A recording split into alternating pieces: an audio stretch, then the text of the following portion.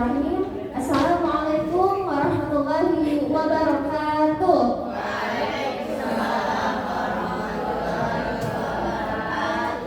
Saudara khair. Kaifa halukum?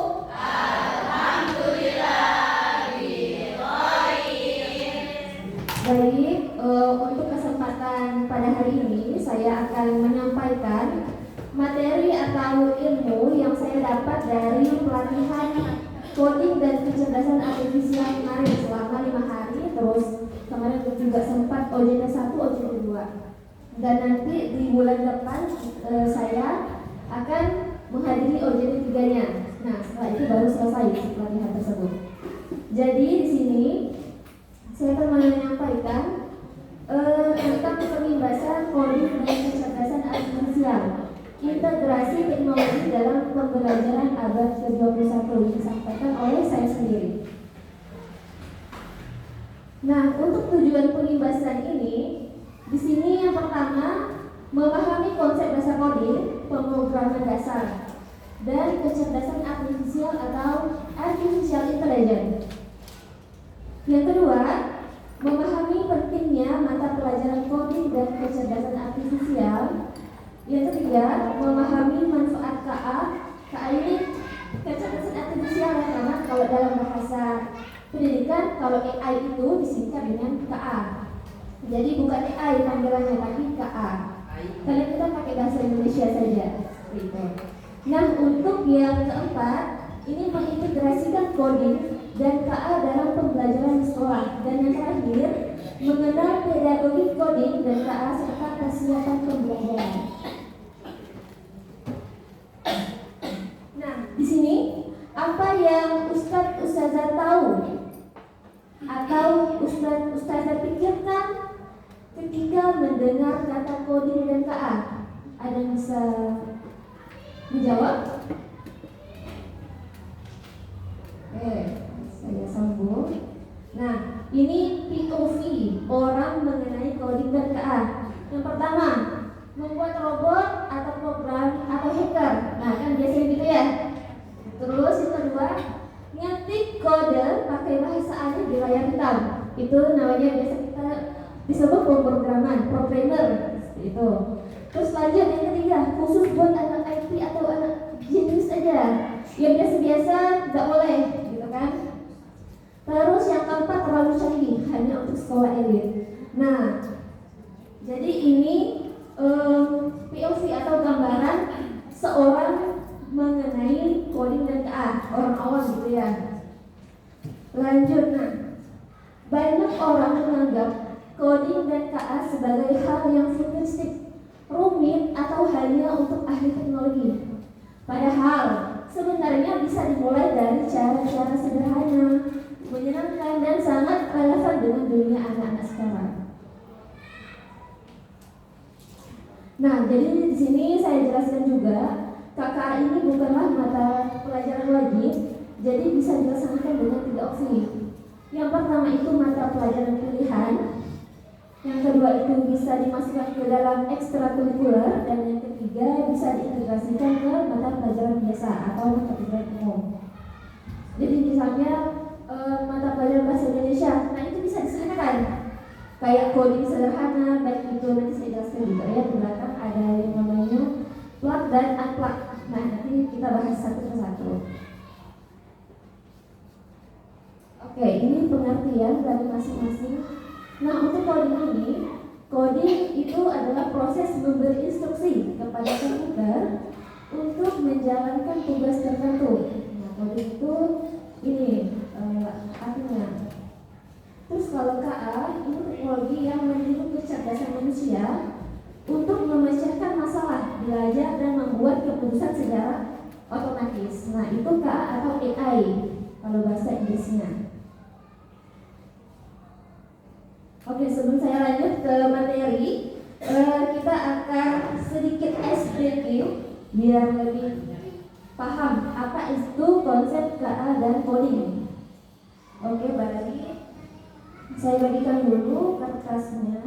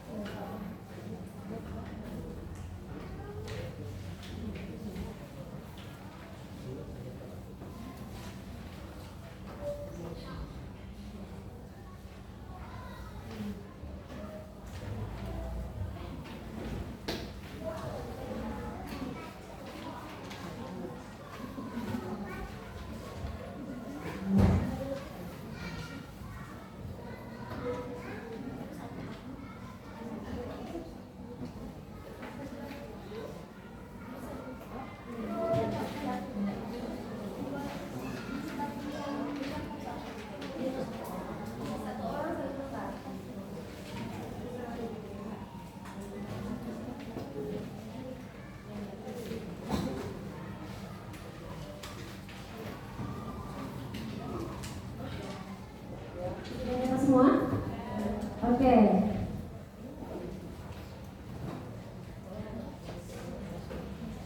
Nah, sekarang Ustadz Ustazah silahkan gambar lingkaran. Gambar lingkaran yang besar. Besar-besar aja nggak masalah. Maaf ya, lingkaran saya agak lonjong. Boleh bebas. Pokoknya lingkarannya agak besar. Karena nanti akan ditulis di dalam lingkaran ini akan ditulis. Sudah semuanya? Nah, sekarang kalau sudah tinggal dikasih kayak angka jam tuh. Nah, pokoknya kayak format jam. Tengahnya ini 12. Gitu.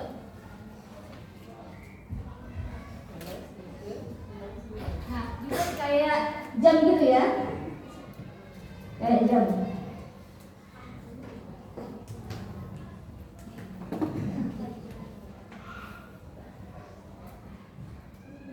Itu angkanya lengkap. Angkanya dari 1 sampai 12.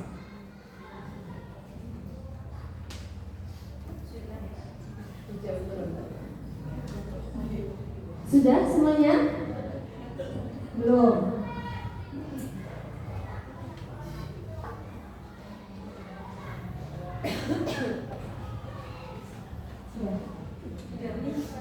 Oke. Kalau sudah semuanya, nah sebentar lagi kita akan melakukan gerakan motorik kasar seperti itu. Jadi motorik halusnya udah menggambar jam, sekarang motorik kasar.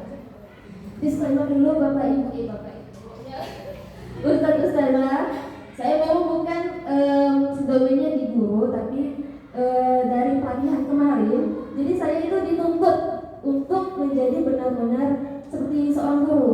Sedangkan memang basic saya bukan di guru. Jadi saya memang ada dapatlah sedikit ilmu mengenai pembelajaran, apalagi langsung dihadapkan dengan pembelajaran mendalam. Jadi memang itu benar-benar membuat stres kemarin tuh. Jadi kita balik ke topik. Sudah semuanya? Nah, sekarang saya minta Ustadz dan Ustazah di tiap angka ini Ustadz Ustazah cari partnernya.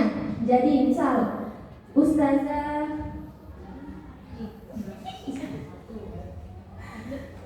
Tari di nomor 1 dan Ustazah Hawani di nomor 1 juga. Jadi nama Ustazah Tari di nomor 1-nya Ustazah Hawani, nama Ustazah Hawani di nomor 1-nya Ustazah Tari.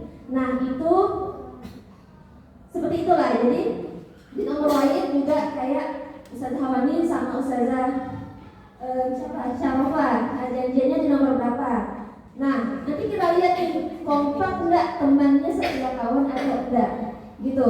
Kan awalnya kita udah janjian nih. Saya nomor satu ya, gitu kan. Nah, kawannya nyatat nomor kita nomor 1, kita nyatat kawan kita nomor 1. Paham sampai sini? Belum paham? Oke. Bisa, Ustazah Indah janjian sama Ustazah Nurjana. Ustazah Nurjana nomor 3 ya, gitu kan? Iya, betul. Nah, Ustazah Indah nulis nama Ustazah Jana di nomor 3, Ustazah Jana nulis nama Ustazah Indah di nomor 3. Sampai sini paham? Oke. Iya, benar. Sampai sini paham ya? Oke, saya kasih waktu 3 menit untuk mencari partnernya. Usahakan semuanya terisi dari 1 sampai 12. Ayo silakan. Berjalan jauh juga tidak apa-apa, berjalan jauh biar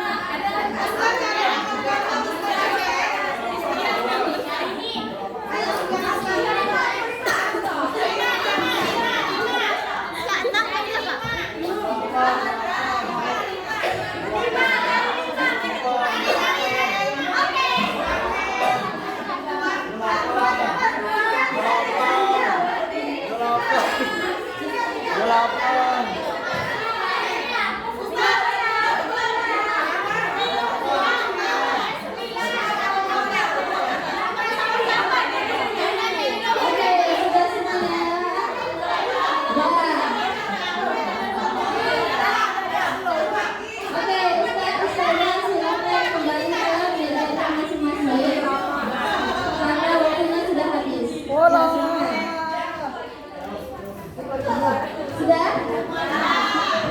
Oke.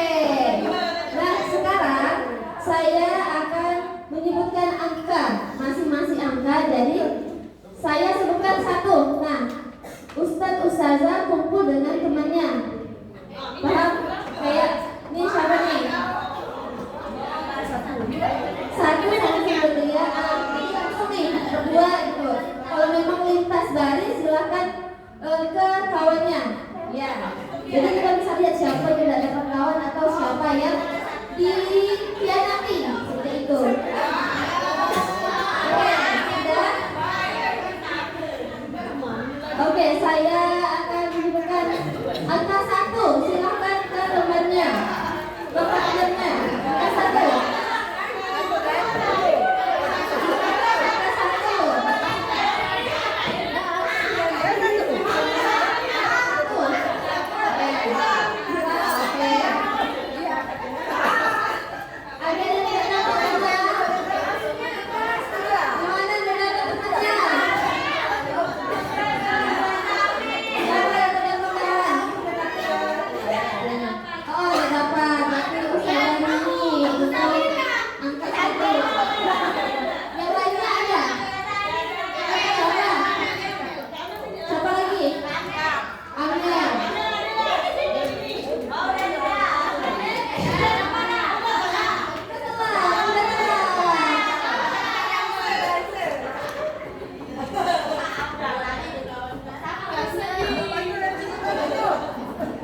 Sudah? Nah, lanjut ke angka 2.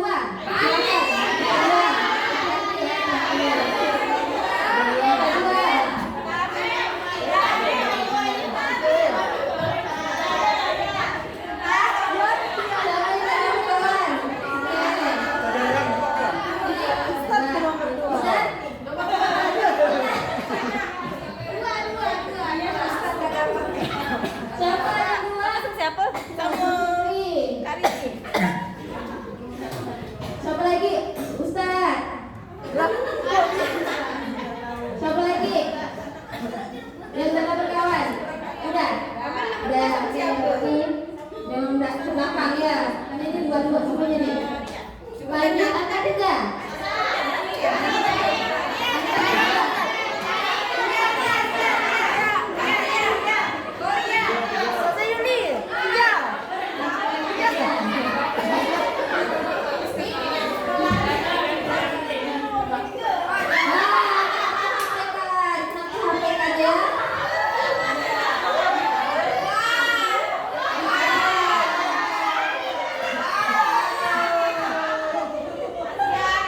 Jadi sampai dalam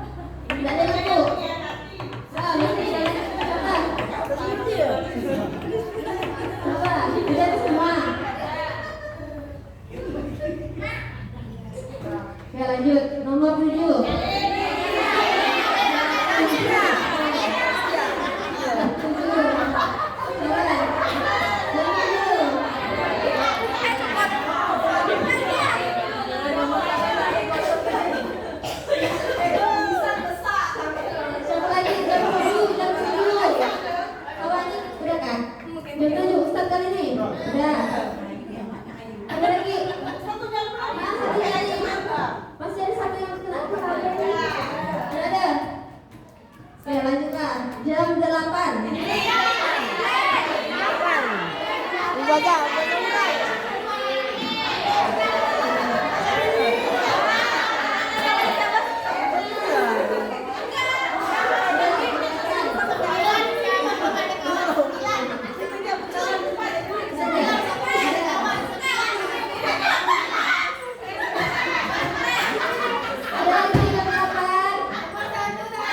Udah, udah semua oke. Berarti jam 8 aman ya?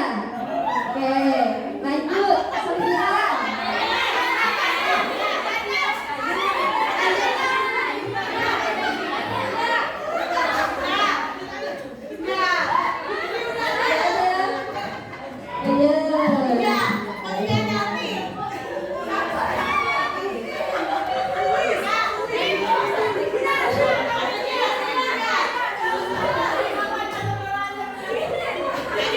Siapa lagi yang dari kawannya?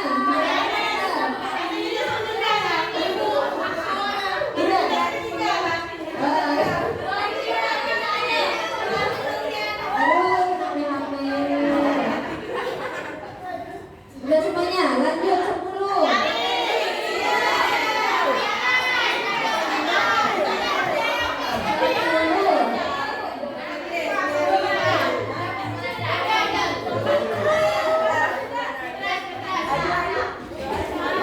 Dapat semua? Ustaz sama siapa? Wow. Iya ada, aduh.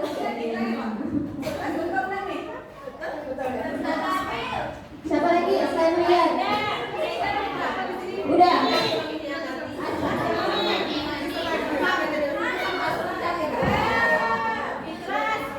Oke, lanjut dan 11.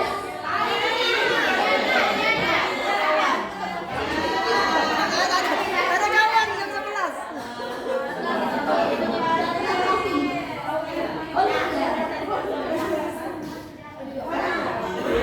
Siapa lagi yang udah ada tamannya di jam 11? Amel, siapa lagi?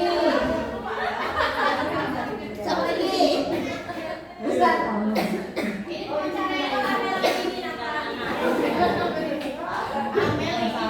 Udah, ada lagi? Ada lagi? Udah. Terakhir di jam 12.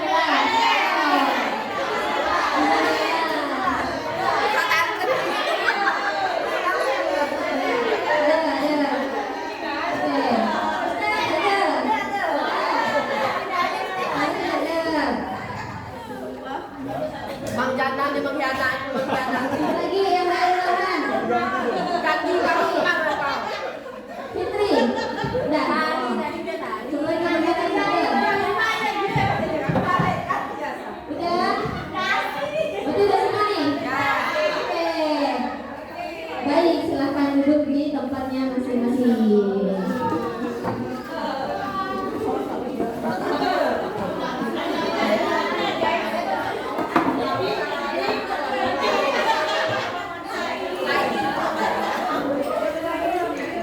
Baik, setelah kita ekspresi tadi, gimana perasaannya?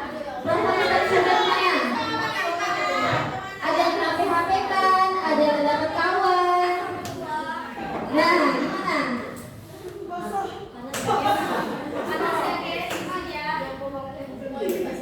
Nah, disinilah kekompokan itu diharapkan, nah, dinilai.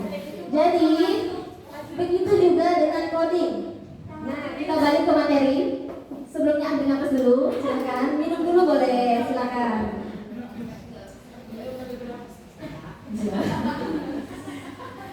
Nah, jadi seperti itulah coding. Kalau depannya itu terurut, beraturan, hasilnya akan sempurna, akan baik. Nah, tapi kalau misalnya di depannya udah ada yang misal, ini kan kayak tadi nih. Nah, ada yang saya sama kamu ya, ternyata dia sama orang lain. Nah, itu jadi datanya tuh tidak valid, error. Kalau dalam programmer itu invalid, merah dia. Nah, begitulah yang namanya dengan coding.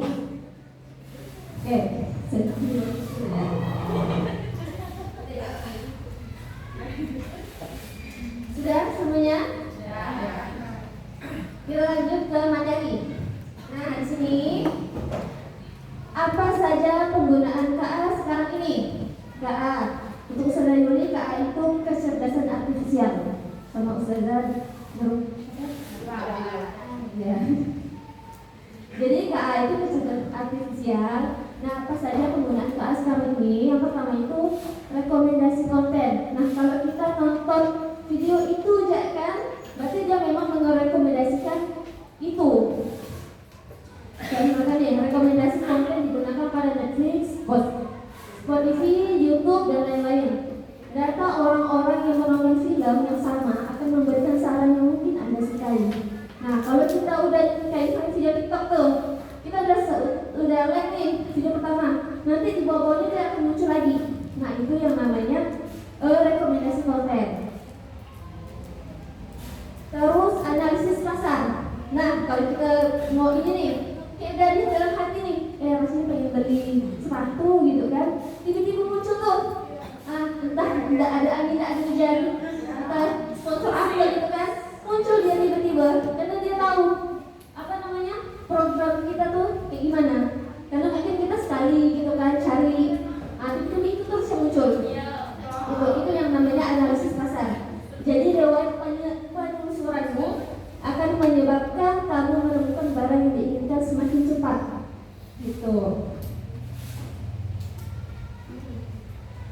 Lanjut kesehatan. Untuk kesehatan ini dapat mendeteksi kanker hanya dengan sebuah foto. Selain itu dapat mendiagnosa dan perencanaan perawatan pasien. Mungkin kalau kita kan kurang bayar. Nah, tapi kalau di dunia medis mungkin ini bisa sangat-sangat membantu.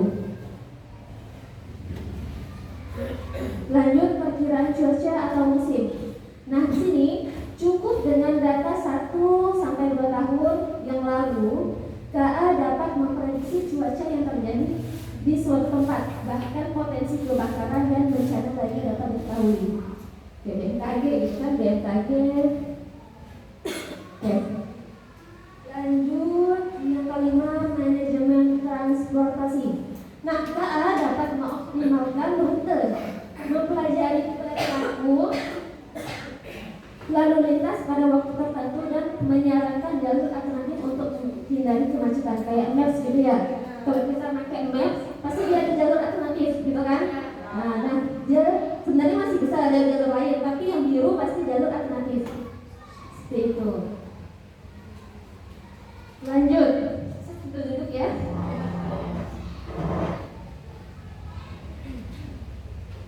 Nah, di sini pentingnya mata pelajaran coding dan KA.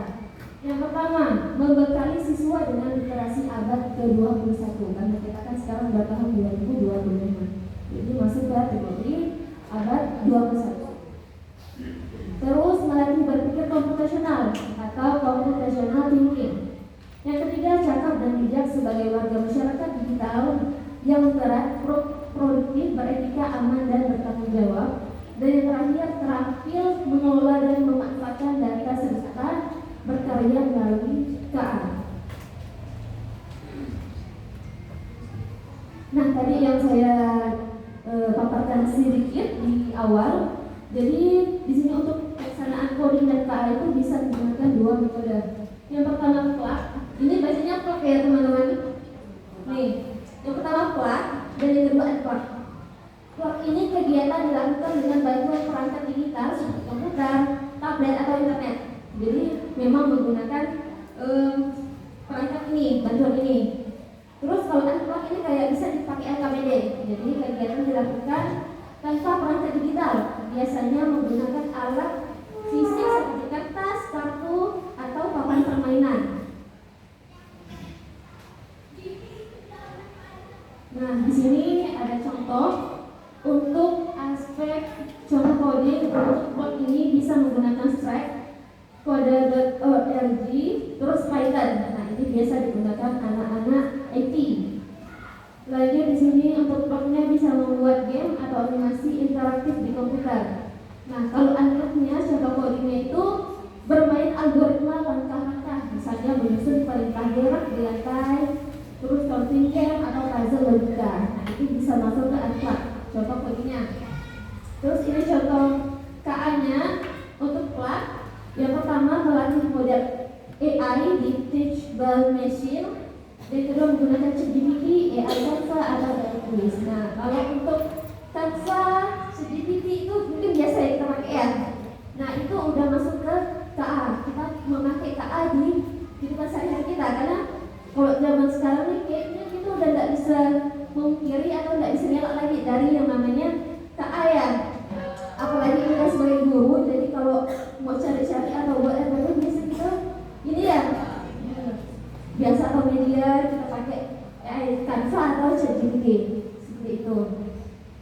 Untuk kegiatan ampaknya bisa menggunakan diskusi tentang bagaimana KA mengenali gambar. Terus yang kedua, bermain tebak-tebakan klasifikasi seperti robot AI yang mengenali hewan atau warna. Nah itu kayak apa ya namanya, peraga gitu ya, anak-anak tiba ke depan lo peragakan ini gitu kan. Nah itu bisa masuk ke KA di Unplugged atau tanpa menggunakan internet dan yang lainnya. Terus kalau untuk kelebihan plug itu yang pertama interaktif, virtual dan menyenangkan, karena anak-anak pasti suka tuh kan kayak main game. Nah itu pasti anak-anak suka tuh, nah, kayak game dan segala macam. Terus terhubung langsung dengan dunia digital nyata. Sedangkan kelebihan Unplugged, hemat biaya, bisa dilakukan di mana saja, cocok untuk pengenalan awal dari siswa yang belum familiar teknologi. Nah, kalau kita di sekolah ini kan internet udah lancar, terus kan lingkungan juga udah insya Allah nggak ketinggalan lah gitu ya. Beda jauh dengan sekolah-sekolah lain yang di pedalaman. Nah, itu mereka wifi aja nggak punya. Tapi kalau kita kan punya, mungkin kita bisa menggunakan yang plat. Tapi kalau memang nggak ini, apa namanya, keterbatasan waktu atau gimana gitu, bisa menggunakan Unplugged seperti itu.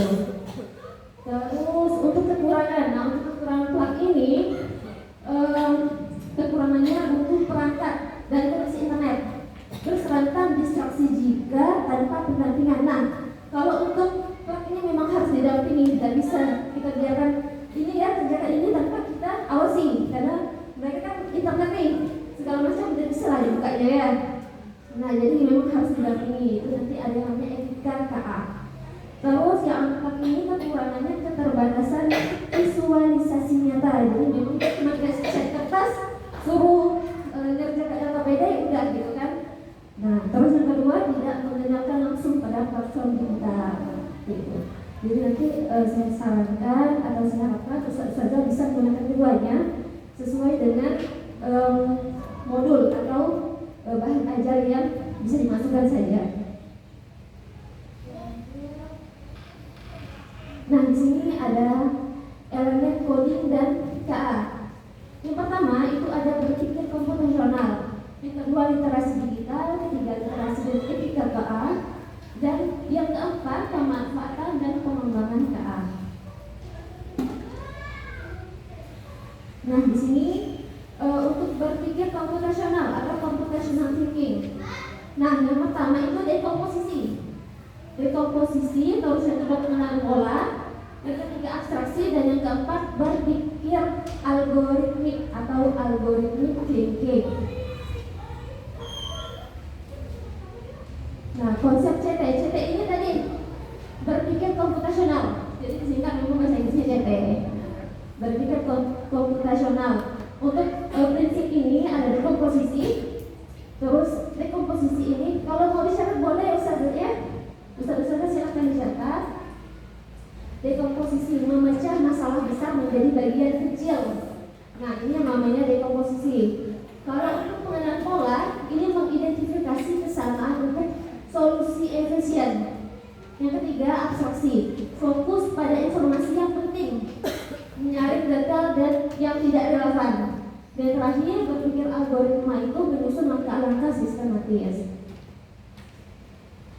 Ini nggak salah. Oke lanjut, ini aktivitas konsep komputasi, berpikir komputasional. Nah untuk dekomposisi ini saya pakai contoh lain lah ya, dalam paham soalnya kan.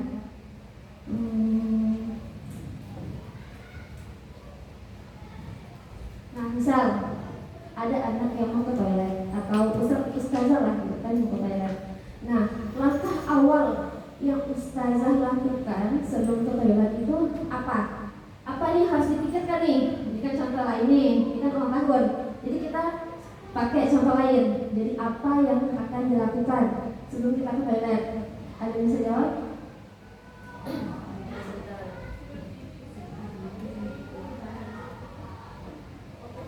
Ada yang bisa jawab?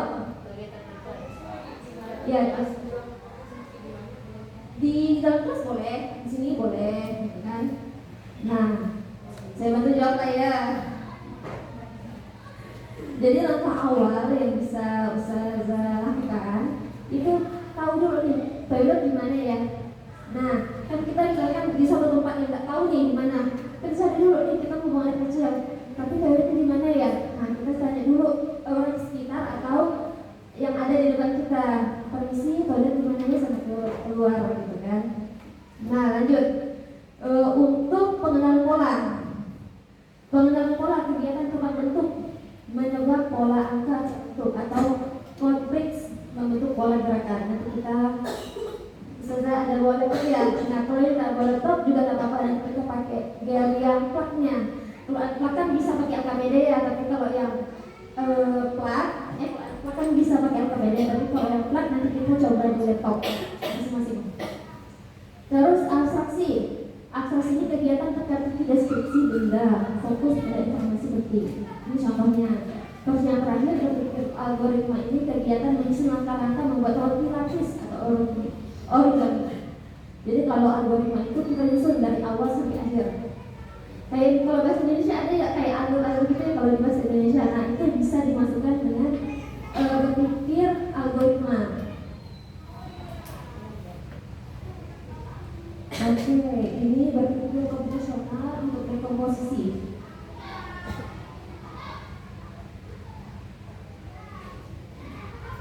Dekomposisi kemampuan untuk memecah masalah yang kompleks menjadi bagian-bagian yang lebih kecil atau lebih mudah dikelola. Contohnya, jika kita ingin membuat sebuah game, ini kayak ya, ini contoh yang plak. Jika kita ingin membuat sebuah game, kita dapat memecah tugas tersebut menjadi beberapa bagian. Seperti membuat desain karakter, membuat level permainan, terus mengembangkan fitur pembelian dan lain-lain. Ini contoh untuk di plak. Nah, kalau untuk unplug-nya kegiatan apa lagi? Nggak apa-apa lah ya saya. Kegiatan yang bisa dilakukan untuk semakin memahami arti dari dekomposisi. Nah, misalnya masalah tahun. Tujuan peserta didik belajar memecah masalah menjadi bagian kecil yang lebih mudah diselesaikan. Jadi alatnya apa? Alatnya kertas, pensil, atau papan tulis, langkah-langkah. Nah, sedikit ya.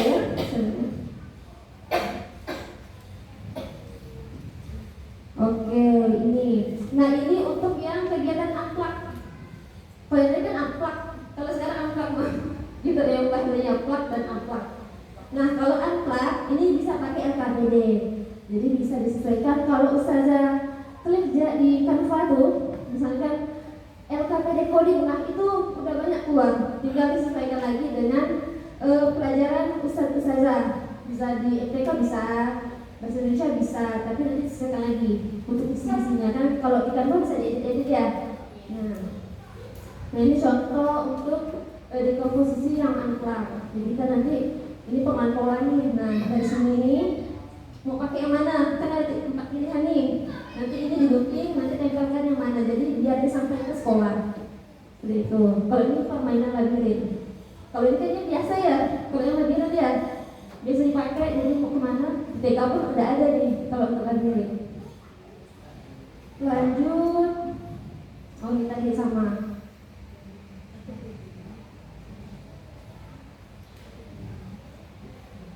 Nah lanjut. Pengenalan pola. Untuk pengenalan pola, kemampuan untuk mengenali pola dan kesamaan mungkin berulang dalam data atau informasi yang diberikan. Nah kalau ini terkait yang ini ya, plak ya. Misalnya dalam bidang kecerdasan artifisial atau KA, pengenalan pola dapat digunakan untuk mempelajari pola perilaku pelanggan dan membuat rekomendasi produk yang relevan. Kayak seperti tadi ya, software, kita mau cari apa, dia pasti ada aja tuh. Padahal kita cuma kayak pikir, itu namanya algoritma pemrograman. Kalau ini untuk yang kegiatan akhlaknya, kegiatan yang bisa dilakukan untuk semakin memahami arti dari pattern recognition. Tujuan peserta didik belajar menemukan pola dari berbagai situasi agar dapat digunakan kembali. Nah, nama kegiatannya tebak bentuk. Alatnya ada kartu bergambar atau papan tulis. Jadi kalau untuk gambar udah siap nih alatnya.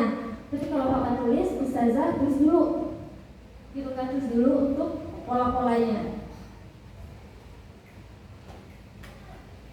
Ini kan contohnya langkah-langkah. Yang pertama, guru menampilkan beberapa contoh pola, misalnya pola angka 2, 4, 6, 8, selanjutnya.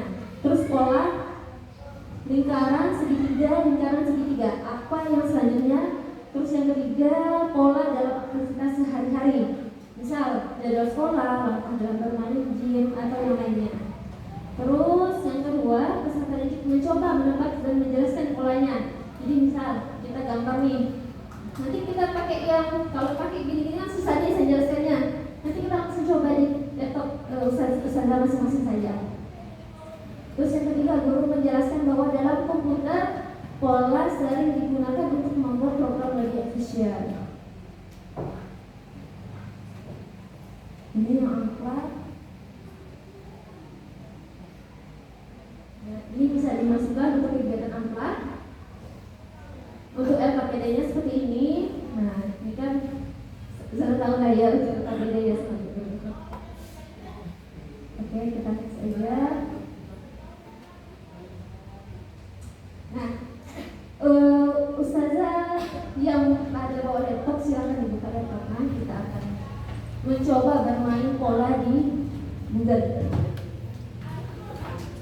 Buka nih Arcia.com, pilih yang games, pilih yang shape patterns.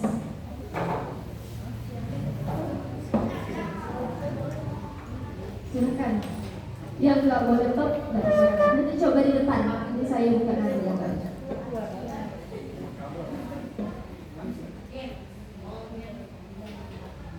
Ya, Arcia.com, games, garing shape patterns.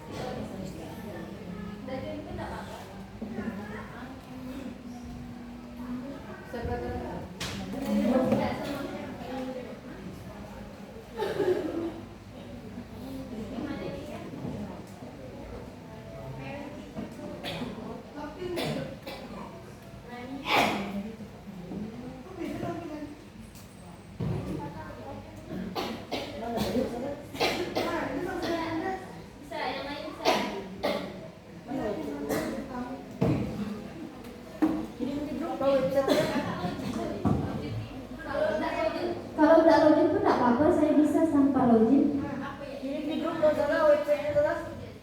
Oh, yang student. Pilih yang student. Tekan bawah. Ini yang paling tinggi.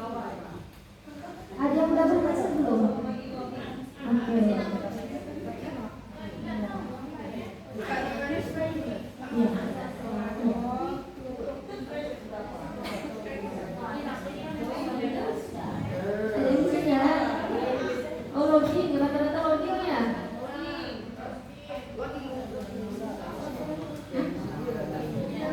Cari yang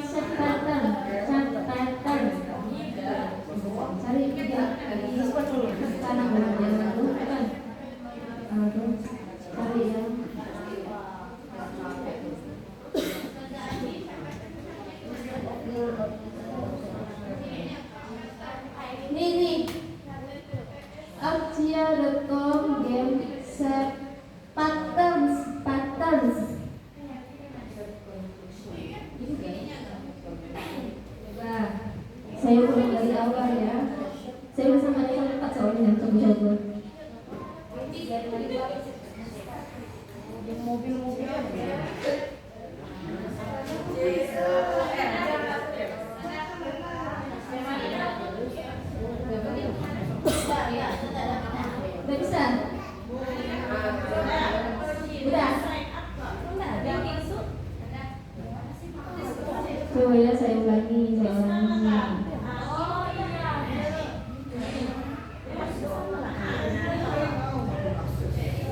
Ini si miliar games di bawahnya. Sahabatan.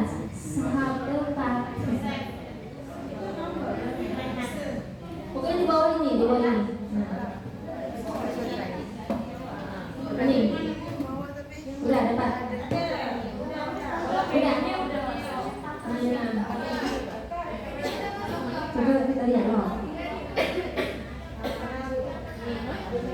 Ini. Apa itu?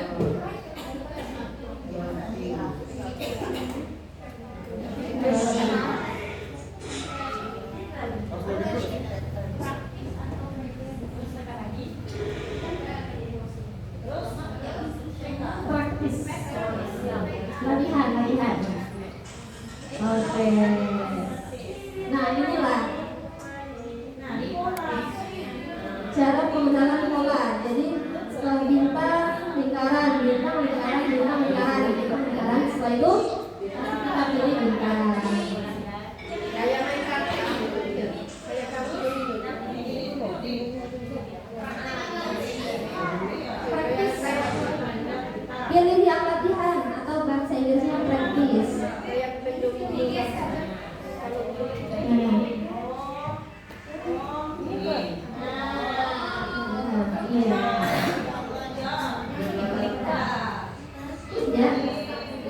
Nah, itulah cara menaruh pola begitu. Salah. Tidak. Oh, bukan. Back.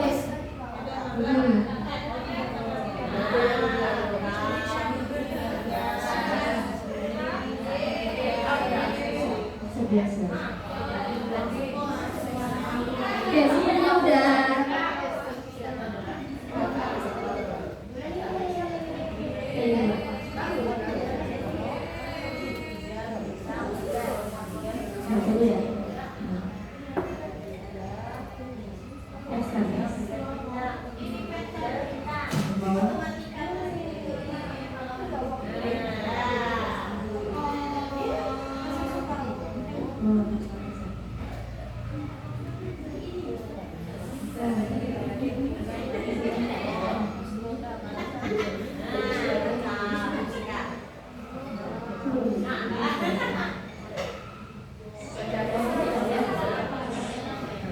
Sila.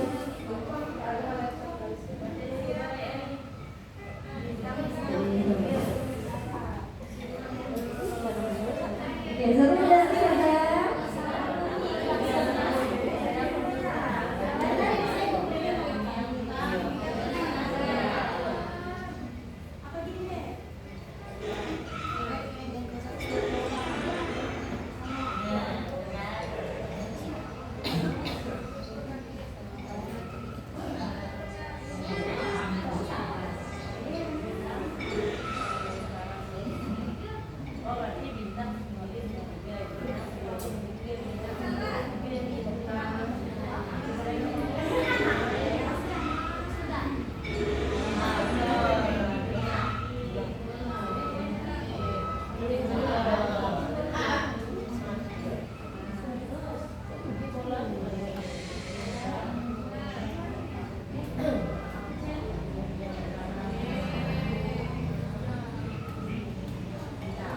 Oke, sudah. Nah, saya rasa cukup lah ya. Nanti lanjutkan di rumah boleh. Silakan kalau mau tulis silakan. Jadi kan kita udah dapatkan di websitenya.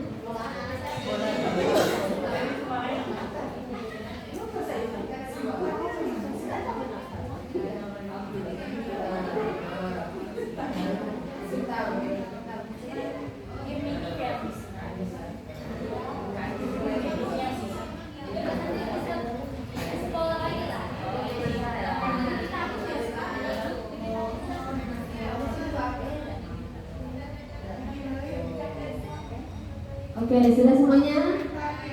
Oke, kita lanjut ya.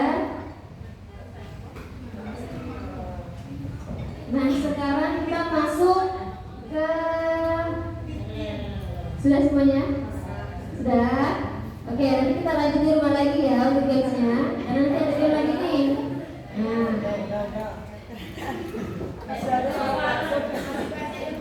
Suara klakson masih ada bunyinya nih. Masih ada bunyi balonnya ya. Oke, kita lanjut. Nah, untuk berpikir komputasional yang ketiga ada abstraksi. Abstraksi ini kemampuan untuk menyederhanakan masalah atau konsep yang kompleks dengan mengabaikan detail yang tidak penting dan hanya fokus pada informasi yang relevan. Nah, contohnya dalam pemrograman, abstraksi dapat dilakukan dengan membagi program ke dalam modul-modul yang lebih kecil, masing-masing menyelesaikan tugas tertentu. Kalau dalam contoh sehari-hari kita, misal tadi, contoh pertama kan kita ke toilet nih. Nah, setelah kita ke toilet, kira-kira apa sih yang menjadi bagian abstraksi dari kita pergi ke toilet? Ada yang bisa jawab? Abstraksi ini kan kita intinya mengabaikan detail yang tidak penting. Nah, kalau kita ke toilet, kalau untuk ke toilet, abstraksinya itu apa?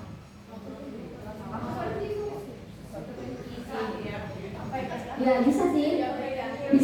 Nah, misalkan kita udah buru-buru nih, ada kawan, mau kemana dulu ya, udah gitu kan, cuma ke toilet, berarti itu kan mengabaikan. Tapi itu bisa masuk, tapi ada yang lebih tidak penting lagi. Apa itu? Yang lebih tidak penting lagi.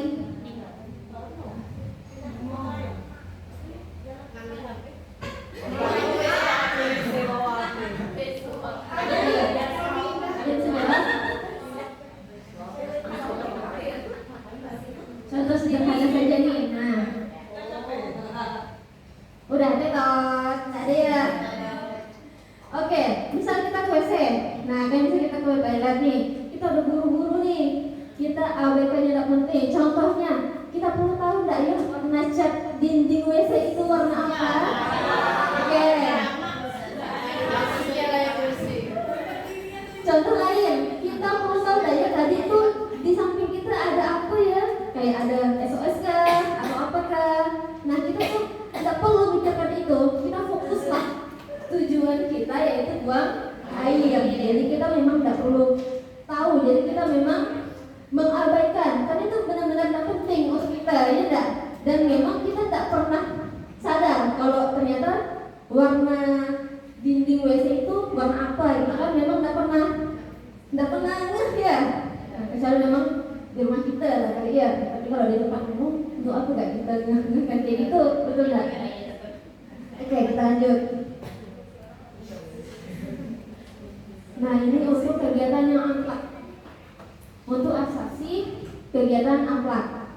Nah, kegiatan yang bisa dilakukan untuk semakin memahami arti dari architecture, yaitu tujuan yang pertama, peserta didik belajar mengambil informasi penting dan mengabaikan hal yang tidak relevan.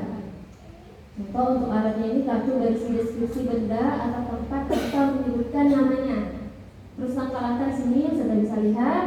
Yang pertama, guru menyiapkan beberapa kartu. Ini contoh ya, nanti bisa dipakai yang contoh lain boleh. Kalau untuk ke siswa kan. Nah, ini guru menyiapkan beberapa kartu berisi deskripsi singkat. Misalnya, aku adalah tempat orang membeli makanan. Ada meja dan kursi, tapi bukan di rumah. Aku di mana? Nah, jawabannya pasti restoran. Terus yang kedua, aku adalah alat untuk menulis.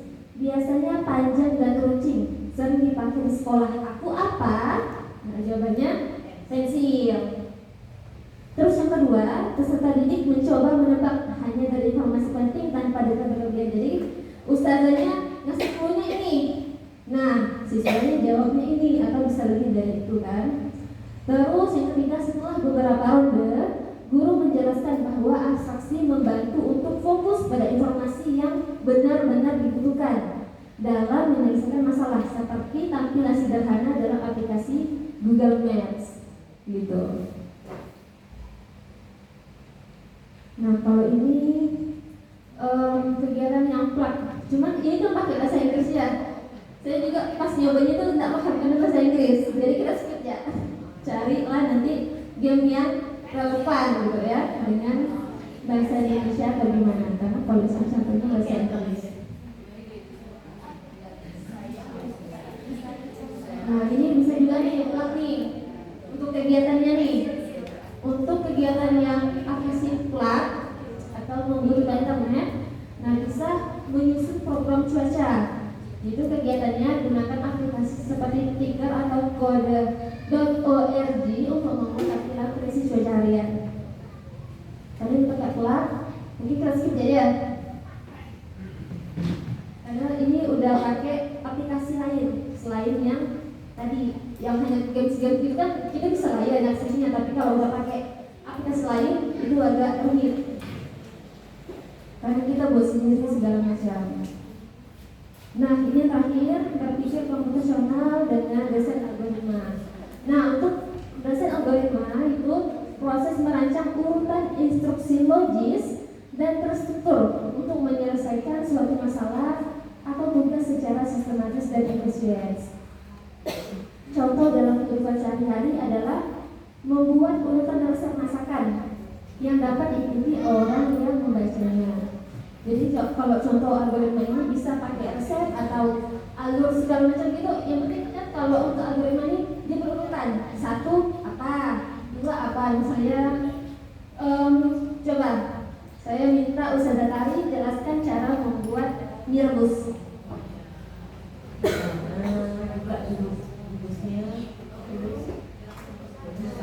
Ini ya, setiap orang kan berbeda-beda. Setiap orang kan berbeda-beda. Caranya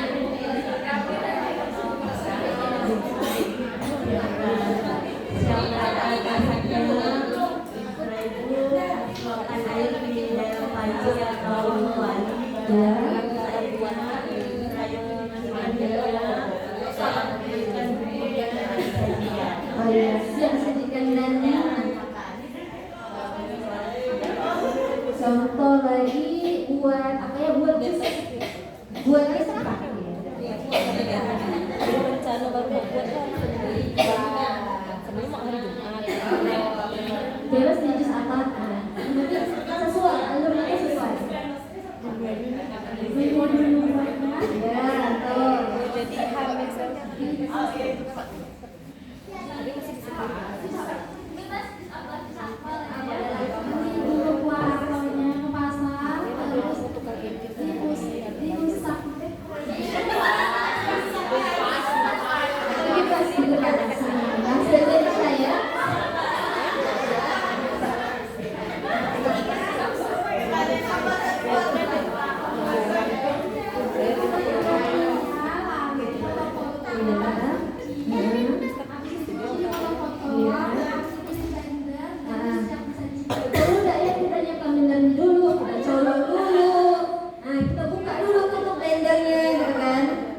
Jadi kalau untuk algoritma itu memang benar-benar harus runtut.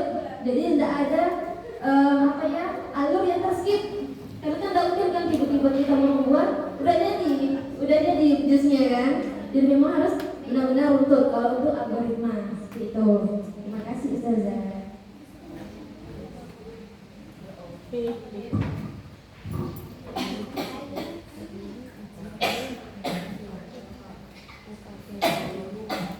Nah kalau ini kegiatan unplug. Nah tadi tuh dan Josma tadi ya. Lanjut. Nah kalau ini unplug.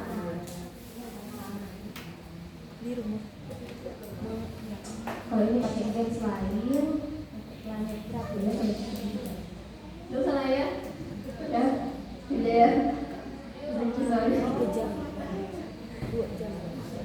Nah juga bisa kayak game-game kartu gitu kan. Bisa, jadi nanti silakan Ustazah tinggal lagi aja. Kalau memang dapat game lain yang lebih sederhana, boleh digunakan. Tapi kalau ini kan memang gamenya memang agak rumit gitu ya, karena memang algoritma gitu kan. Oke, kita lanjut ke materi selanjutnya. Jadi sebenarnya ini materi ini untuk 5 hari. Saya rangkum dalam beberapa jam saja. Karena memang kalau untuk dipaparkan satu-satu itu memang 5 hari lah kita di sini gitu kan. Tapi kan ini kita rangkum, jadi Dipersingkat saja. Saya ambil materi inti-intinya saja. Nah, di sini ini ada konsep KA. Oke, dari gambar di atas, dari gambar ini, aktivitas apa yang dilakukan pada gambar 1 dan gambar 2? Ada yang bisa jawab? Yang pertama apa? Aktivitasnya apa?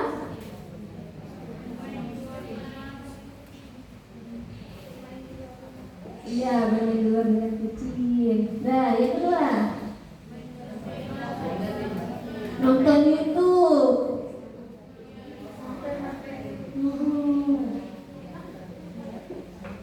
Nah, di sini untuk manfaat KA untuk kehidupan sehari-hari. Yang pertama, membantu pekerjaan lebih cepat. Dan KA bisa membantu manusia menyelesaikan tugas dengan cepat dan rapi. Kan kalau sekarang ada nih robot sapu ya.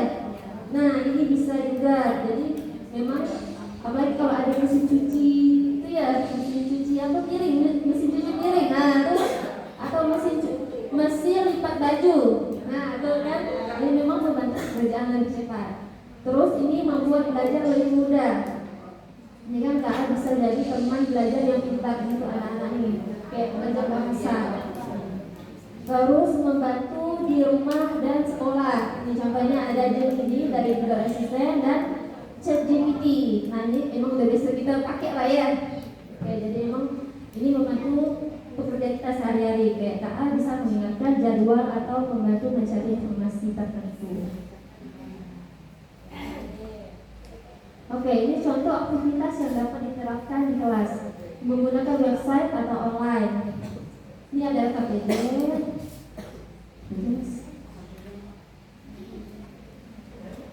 Oh ya, ini gambar nih. Ini ngedesain apa ya, karakter. Ngedesain karakter. Ini juga sama. Ngedesain karakter. Terus ini yang pakai menurut kelas atau offline. Jadi pakai KPD bisa. Terus ini mencetak gambar di kertas. Ini kan ada instruksinya. Punya 2 mata bulat. Nah, ini bisa ustazah ini ya terapkan kelas. Kayak mana ini mendapat gambar di kertas. Jadi ustazah kasih instruksinya. Yang pertama punya 2 mata bulat. Nomor 2 badan lonjong namun ujung bergelombang. Dia punya tangan kanan dan kaki. Yang keempat telapak kanan seperti cakar. Nah, jadi anak-anak bisa tuh dari instruksi ini pasti hasilnya tidak kayak gini, pasti beragam-ragam ya hasilnya ya. Namanya juga anak-anak imajinasinya pasti jauh dan beragam, beraneka ragam.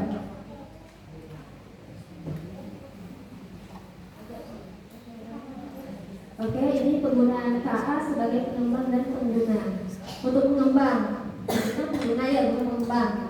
Nah, kalau pengembang, developers atau producer of AI, ini individu tidak hanya menggunakan, tetapi juga mengembangkan atau menciptakan teknologi berbasis KA. Contohnya membuat filter IG. Kita bisa tuh pakai filter gitu tuh. Jadi mereka lah tuh yang buat, disebut dengan pengembang.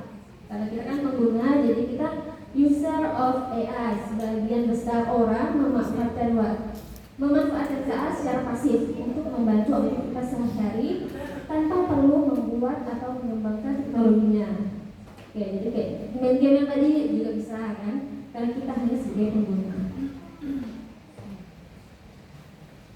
Oke, ini seputar contoh pemanfaatan kecerdasan artifisial di berbagai bidang dalam kehidupan sehari-hari. Kalau di dunia pendidikan kita bisa menggunakan Ruang Guru, terus Zenius dan Google Classroom. Terus untuk di transportasi ada Google Map, Waze dan mobil pintar atau mobil street kan bisa juga tuh. Terus hiburan ada Spotify, Netflix dan YouTube. Dan kesehatan ada Halodoc. Nah, terus kesehatan itu ada Halodoc dan robot pembersih lantai. Karena kan kalau untuk robot pembersih lantai kan berarti sehat tuh, bersih gitu kan. Lanjut, tantangan teknis dalam pengembangan KA. Nah, kalau untuk KA membutuhkan banyak data. KA memerlukan data yang akurat dan lengkap.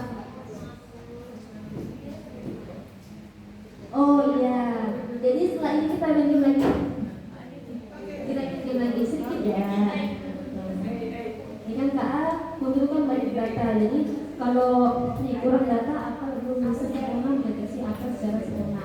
Terus yang kedua, aturan dan keamanan data.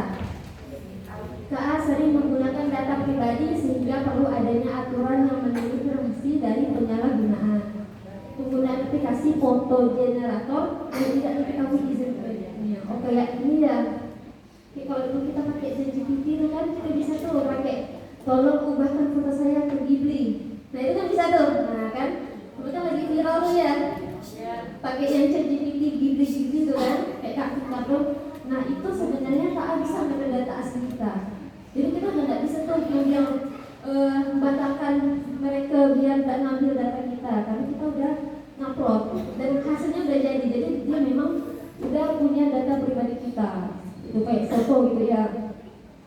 Terus ini belum banyak ahli KA. Pengembangan KA membutuhkan keahlian dalam ilmu komputer dan coding yang belum diajarkan secara luas di semua sekolah. Terus yang terakhir, teknologi terbatas untuk dijangkau. Jadi kalau di ini ya di pedalaman, kalau daerah terpencil, akses terhadap fasilitas teknologi KA belum merata. Oke, sekarang Ustazah silakan buka AI for Oceans. AI for Oceans.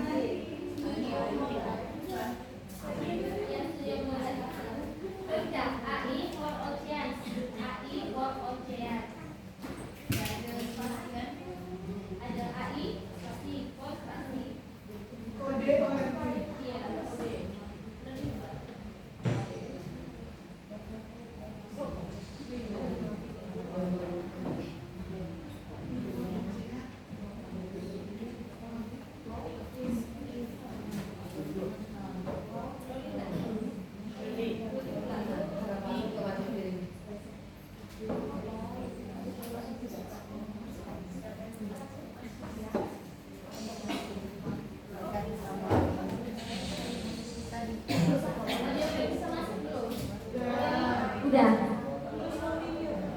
Iya, continue. Dari video tuh klik continue sebelah kanan bawah. Iya. Sebelumnya boleh silakan pilih bahasa dulu biar ngerti bahasanya. Klik yang di sebelah kiri bawah itu kan ada bahasa tuh. Nah, klik yang bahasa Indonesia. Bahasa Indonesia. Nah, tuh.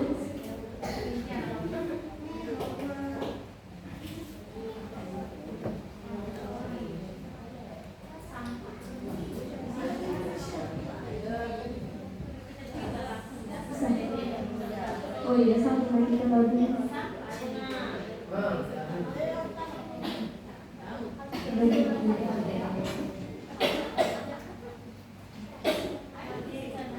Ada yang sudah bisa masuk? Oh iya, sama lah kita lagi.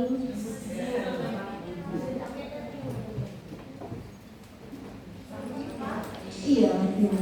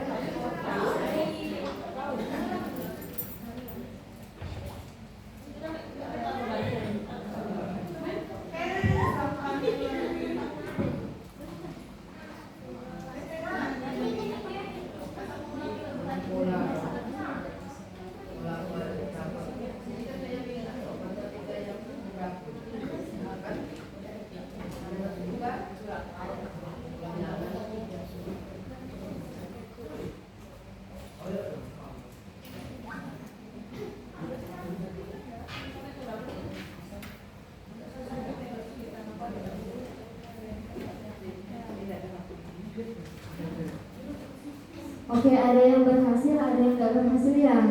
Karena mungkin sinyalnya, saya juga nggak bisa nih, nggak bisa masuk ke sini.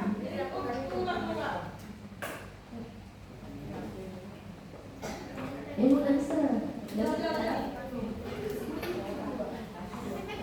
Oh.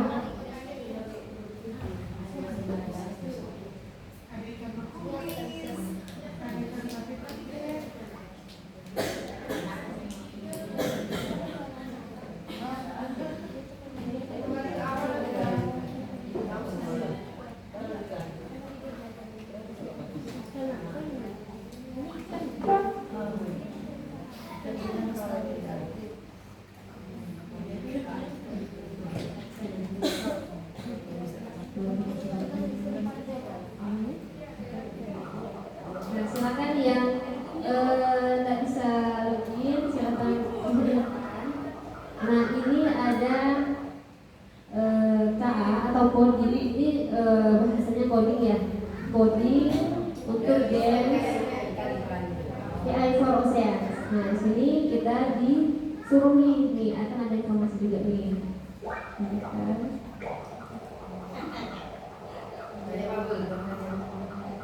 Nih, AI atau KA tidak tahu nih apakah suatu objek itu adalah ikan atau sampah, tetapi ia dapat memproses gambar dan mengidentifikasi pola.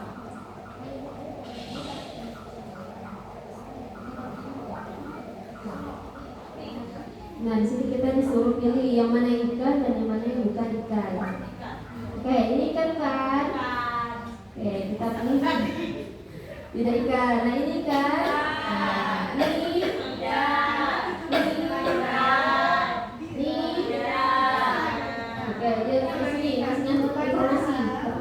laut ya, 17 miliar ton plastik memasuki laut setiap saat.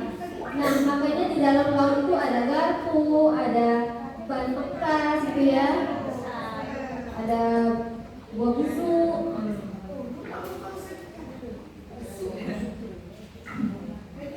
Nih ada botol di dalam laut karena memang kondisi laut kita memang sedang tidak baik-baik saja.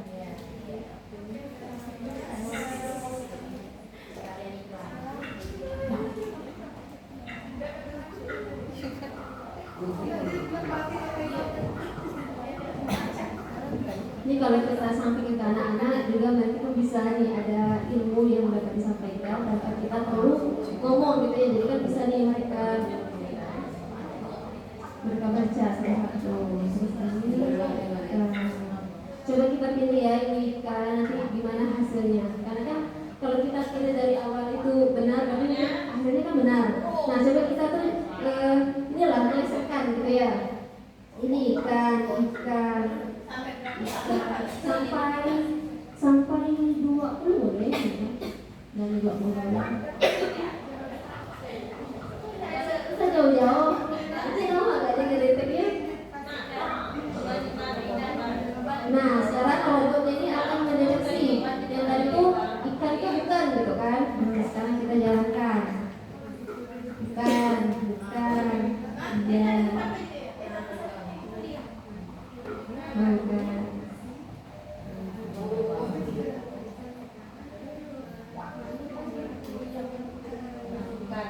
nah kalau tadi kita pilih ban itu ikan kan, makanya dia mendetek kalau ban itu ikan.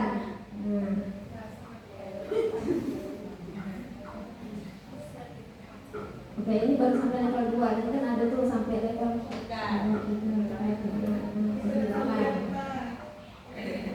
Oke, lanjutkan deh. Nah, setelah ini oke, saya sampai di sini aja ya. Jadi Ustazah bisa lanjutkan di rumah untuk pemahamannya nanti terkait informasi ini. Jadi inilah yang dinamakan dengan coding. Nah, kalau coding itu ini kan sistem gamesnya ya. Jadi kalau coding itu kalau kita dari awalnya betul, jadi akhirnya juga akan betul, nggak ada yang valid. Tapi kalau kita di depannya atau di awalnya itu kita udah ada memasukkan yang salah gitu kan, atau salah kode, kalau di dalam pemrograman itu koma aja tidak pengaruh. Nah, jadi memang seperti itulah yang dinamakan dengan coding. Jadi kalau untuk coding ini ya gini, paham nggak maksudnya? Inilah coding gitu kan. Nah ini apa namanya bahasa untuk anak-anak lah gitu kan. Tapi kalau untuk dunia yang saya dapatkan kemarin memang kalau untuk saya pelajari itu tidak segampang ini. Yang saya pelajari di kuliah kemarin itu memang benar-benar buat kepala kesenak lupa gitu kan. Jadi kalau ini memang dimudahkan bahasanya. Jadi makanya adanya kayak game-game yang berkaitan coding segala macam. Jadi memang dia lebih memudahkan anak itu paham apa itu yang dimaksud coding dari ke A gitu. Oke, saya rasa untuk gamenya selesai ya, saya lanjutkan di rumah. Oke, untuk suaranya silakan dimatikan dulu, kita lanjut.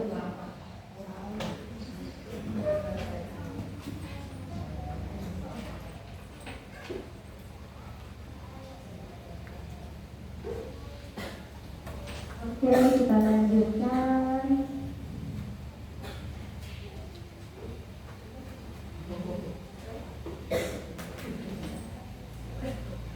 Nah, ini ada tantangan etika dalam penggunaan KA. Terus ini ada plagiarisme, yaitu penggunaan karya orang lain tanpa izin. Contoh, plagiarisme dalam KA menggunakan tulisan dari internet tanpa menyebut sumbernya. Terus yang kedua, mengambil gambar atau video orang lain tanpa mencantumkan sumber. Terus yang ketiga, menggunakan KA untuk menulis tugas tanpa usaha sendiri. Ya, ini biasanya yang untuk poin 3 ini biasa ya. Kita biasa pakai ChatGPT gitu kan. Jadi kita ngambil sumbernya dari ChatGPT tapi seolah-olah itu hasil kita sendiri, gitu kan? Tinggal tidak sedikit ya gitu kan. Terus ini ada yang namanya hoax atau miskonsepsi, yaitu penyebaran informasi palsu menggunakan KA. Terus ini ada diskriminasi, perlakuan tidak adil terhadap seseorang atau kelompok, dan yang terakhir pelanggaran pelanggaran privasi. Nah, TA tuh bisa mengumpulkan banyak informasi tentang seseorang. Tadi kita pakai kita upload foto di ChatGPT segala macam itu udah bisa jadi bahan mereka. Jadi kan kalau kayak sekarang kan ada tuh kayak apa namanya ChatGPT, bukan ChatGPT sih, kayak ada aplikasi lain gitu kan, kayak buat anomali atau gimana itu kan pakai informasi dari kita sendiri, kita yang mewadahi, kita yang ngasih informasi itu. Nah, jadi mereka tinggal cari aja tuh. Makanya kita nggak usah sering-sering saya pakai kayak upload foto kita gitu kan, apalagi kalau di website yang nggak kita sering pakai atau kita kenal. Jadi memang seperti itu. Nah, untuk misalnya ustazah download aplikasi juga nih kan, dan aplikasi ustazah sering nggak baca kayak ini kan ada nih apa yang namanya kalau kita download aplikasi itu kan ada tuh paparan itu kayak itulah namanya kan. Nah, ustazah baca tidak sampai habis. Nah, itu dia. Nah, kalau kita nggak baca sampai habis, kita tahu nggak apa yang akan dilakukan dengan data kita. Biasa kan kalau ada tuh beberapa aplikasi yang mau akses memo kita, akses galeri kita gitu kan. Nah, itu juga mohon hati-hati lah dalam memakai AI sekarang ini, karena memang banyak kasus-kasus kayak kalau sekarang kan udah ada tuh kayak penipuan yang berdasarkan muka kita, suara kita, itu kan bisa tuh sekarang tuh kayak di platform yang lain tuh. Karena saya udah ada lihat di situ beberapa kasus yang mengatasnamakan kita baru bukan kita gitu kan. Iya. Terus lanjut ini, nah contoh pelanggaran privasi dalam TA. Iklan bisa muncul berdasarkan percakapan karena beberapa aplikasi merekam suara dan memakai TA untuk menyesuaikan iklan, gitu kan. Terus aplikasi gratis dari meminta akses data pribadi, seperti kamera atau lokasi yang kemudian dapat digunakan perusahaan tanpa sepengetahuan pengguna. Jadi kita memang tidak tahu tuh, setelah kita klik setuju, kita tidak tahu lagi kita tuh, yang penting kita pakai kan. Nah, jadi kita tidak tahu tuh selanjutnya data kita tuh mau diapakan gitu kan. Nah, itulah yang namanya pelanggaran privasi dalam TA. Oke, ini ada aktivitas. Nih, gambar 1, gambar 2, gambar 3, gambar 4. Nih, analisis 4 gambar di atas. Manakah yang termasuk gambar asli atau gambar palsu atau gambar AI itu? Nah, antara gambar 1, 2, 3, 4 ini, yang mana yang asli dan yang mana yang palsu? Silakan. Gambar 1, 2. Gambar 1, 2. Gambar 2.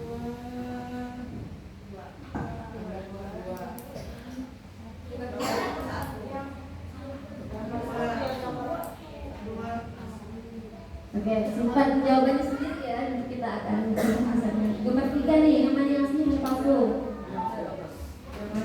Terus yang keempat, yang mana asli dan yang mana yang palsu. Nah, terus nih, yang nomor 2 soalnya bagian mana dari setiap gambar yang menunjukkan gambar asli atau gambar AI. Nah, antara ini yang mana nih yang kayaknya bukan asli gitu kan, atau ini yang mana kayak tiba-tiba kok rancu mungkin kayak gini gitu kan. Kan kalau kayak AI itu kan tiba-tiba mungkin jadi aneh gitu ya kalau kita pakai AI itu. Nah, oke, udah disimpan jawabannya masing-masing. Jawaban aktivitasnya nih. Ini ini yang real. Nah, kalau AI ini tangannya nih ya. Nah, tuh, tangannya kan ini yang asli.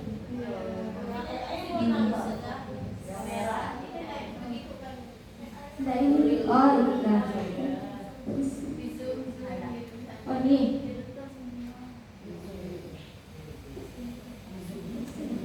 bisa pakai PowerPoint nggak ya?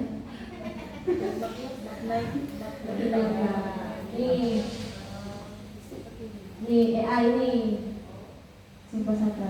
Nah, terus di datanya kayak gini yang real.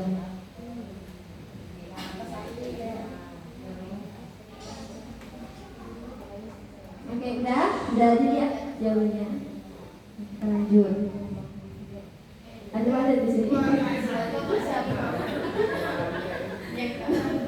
Nah, ini untuk KA dan kampanye sosial. Nah, untuk potensi penyebaran hoax, nah, kan sekarang udah mulai masuk ya hoax kayak gini ya. Melalui teknologi KA dapat menghasilkan gambar, suara, atau video sangat nyata berdasarkan sering tadi saya jelaskan kan kayak penipuan segala macam itu ya. Udah cek lah namanya. Nah, sini tidak palsu, seseorang mengatakan sesuatu yang tidak pernah diucapkan. Di sini ada gambar kalian main PS sama uti-uti gitu kan. Foto editan yang ternyata dia terlihat nyata, memang sudah nyata padahal ini AI. Ini adalah editan. Dan ini berita palsu. Video presiden fasih bahasa Mandarin hoax. Berita palsu, berita yang benar tapi isinya bohong. Oke, nah ini untuk strategi mengatasi tantangan KA tadi. Untuk strateginya yang pertama itu regulasi dan kebijakan. Penetapan aturan tentang penggunaan KA yang bertanggung jawab seperti usia minimum untuk akses media sosial. Itu memang kita nggak usah lah kasih anak kita HP. Walaupun saya juga kadang-kadang masih anak saya HP. Tapi memang harus diawasi. Jadi memang kalau udah itu ya itu yang ditontonnya, nggak usah search yang lain gitu kan. Terus ini pendidikan dan pelatihan, meningkatkan kesiapan peserta didik dalam menghadapi era digital. Terus ini penguatan literasi digital, membekali peserta didik dengan kemampuan menggunakan internet dan teknologi secara bijak dan aman. Nih, mengapa menggunakan KA perlu izin orang tua? Nih, pertama keamanan data pribadi, mencegah kecanduan teknologi, memastikan konten yang diakses adalah konten aman untuk anak-anak. Yang diamani dari ini, itu kan sangat berbahaya nih, karena bisa tiba-tiba masak pisang sama apa ya? Pisang sama itu dia nyebutnya bukan pisang tapi sosok anomali itu gitu kan. Nah itu yang jadi kayak kekhawatiran kita lah sebagai orang tua atau guru gitu kan. Jadi memang sangat-sangat bahaya untuk anak-anak gitu kan. Karena kan takutnya nanti dia namain itu bukan pisang tapi yang lain gitu. Bahasanya ada lah gitu yang lain. Nah ini untuk etika KA. Kita menggunakan KA itu ada etikanya gitu kan.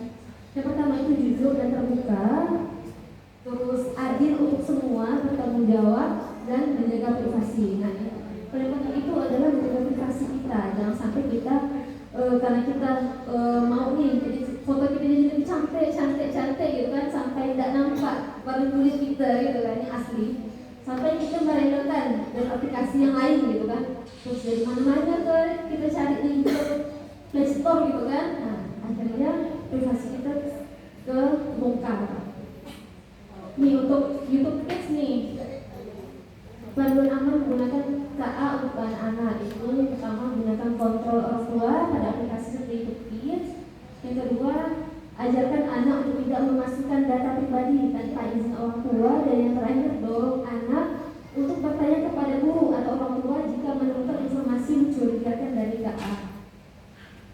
Ini rekomendasi pemahaman dan pemanfaatan KA. Pemanfaatan KA dalam kehidupan sehari-hari. Yang pertama itu ada Google Translate untuk menerjemahkan bahasa. Yang kedua, platform streaming memberikan rekomendasi video berdasarkan tontonan sebelumnya tadi ya. Terus ini beberapa permainan memiliki lawan komputer yang belajar dari cara bermain pemain. Ini kayaknya ada game lainnya yang kayak gitu tuh single gitu kan. Dan ada tuh game tuh sebenarnya ada yang lawan, ada juga kita main sendiri dengan robot gitu ya kan. Dan ada tuh. Terus ini Google Lens, mengenali benda hanya dalam misalkan kita pakai ini Google Lens kan, ada barcode lain atau harga gitu kan, atau mau cari baju itu kita tinggal aja klik situ tuh kan, oh muncul di Shopee ke, di Tokopedia ke, atau di mana-mana gitu kan. Terus menerima Siri dan Google Assistant menjawab pertanyaan seperti cuaca hari ini. Oke, jadi kesimpulannya apa Ustazah? Kesimpulannya, coding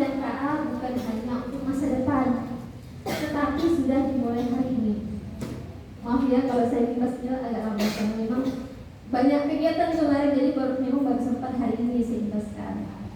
Terus guru adalah agen perubahan untuk menumbuhkan berpikir komputasional dan literasi digital. Dan terakhir, bersama kita bisa mencetak generasi dan yang melek terhadap teknologi dan bijak digital. Oke, sekian dari saya. Untuk sejauh ini ada yang mau ditanyakan terkait coding dan KA tadi sudah saya paparkan. Yang tadi yang dapat sertifikat. Yang lagi ya? Oh, boleh Pak. Memang. Menyala.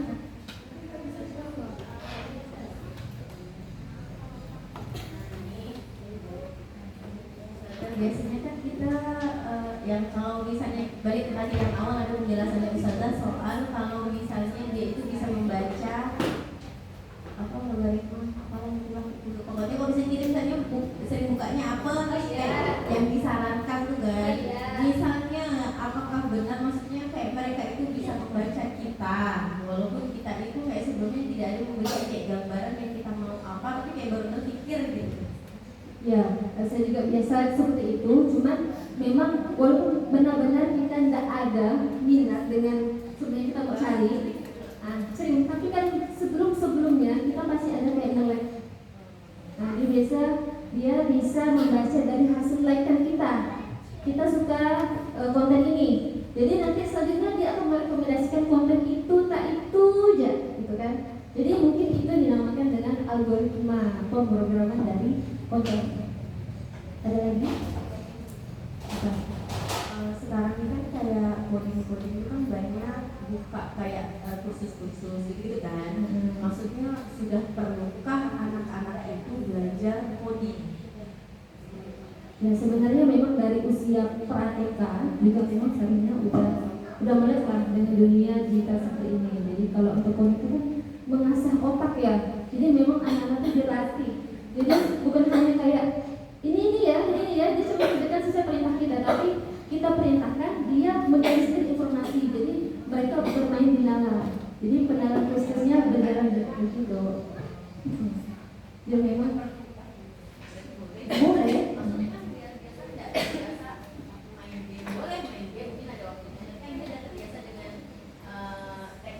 Iya. Tapi jangan nge-game terus. Ya. Nah, kita kan itu ada etika, ada batasan etika, jadi memang anak-anak tuh ya nggak usah terlalu sering gitu kan. Kan ada LKPD yang biasa gitu kan, jadi memang otaknya diasah terus menerus gitu kan. Jadi itu mungkin bisa dipahami. Ada lagi yang bertanyakan?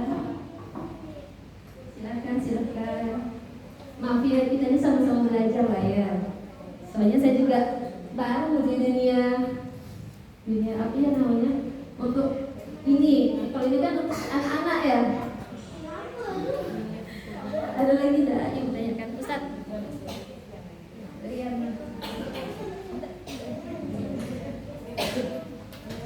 Ada lagi yang bertanyakan?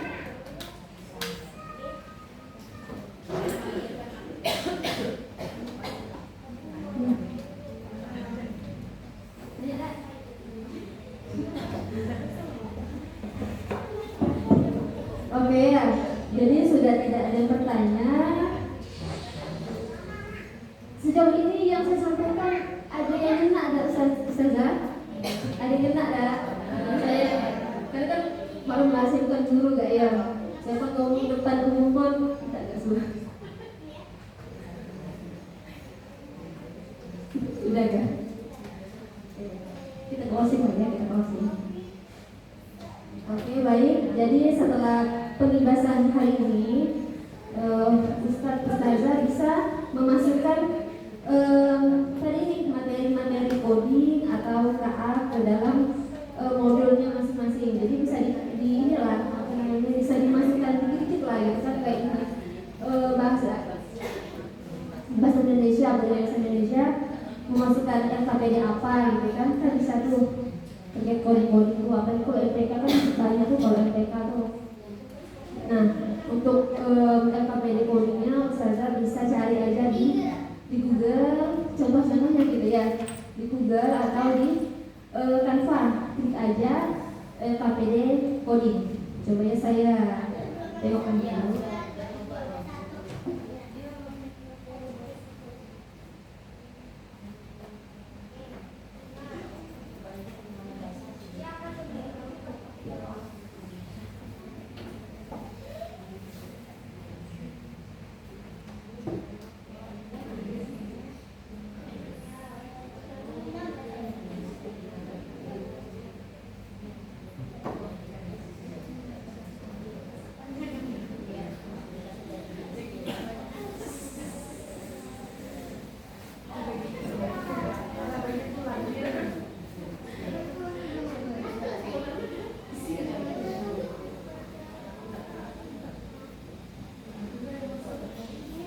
Yes.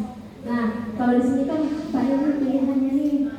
Nah, nanti kan ustazah bisa sesuaikan aja dengan pelajaran yang ustazah aku, gitu kan? Ya kan untuk SSK bisa.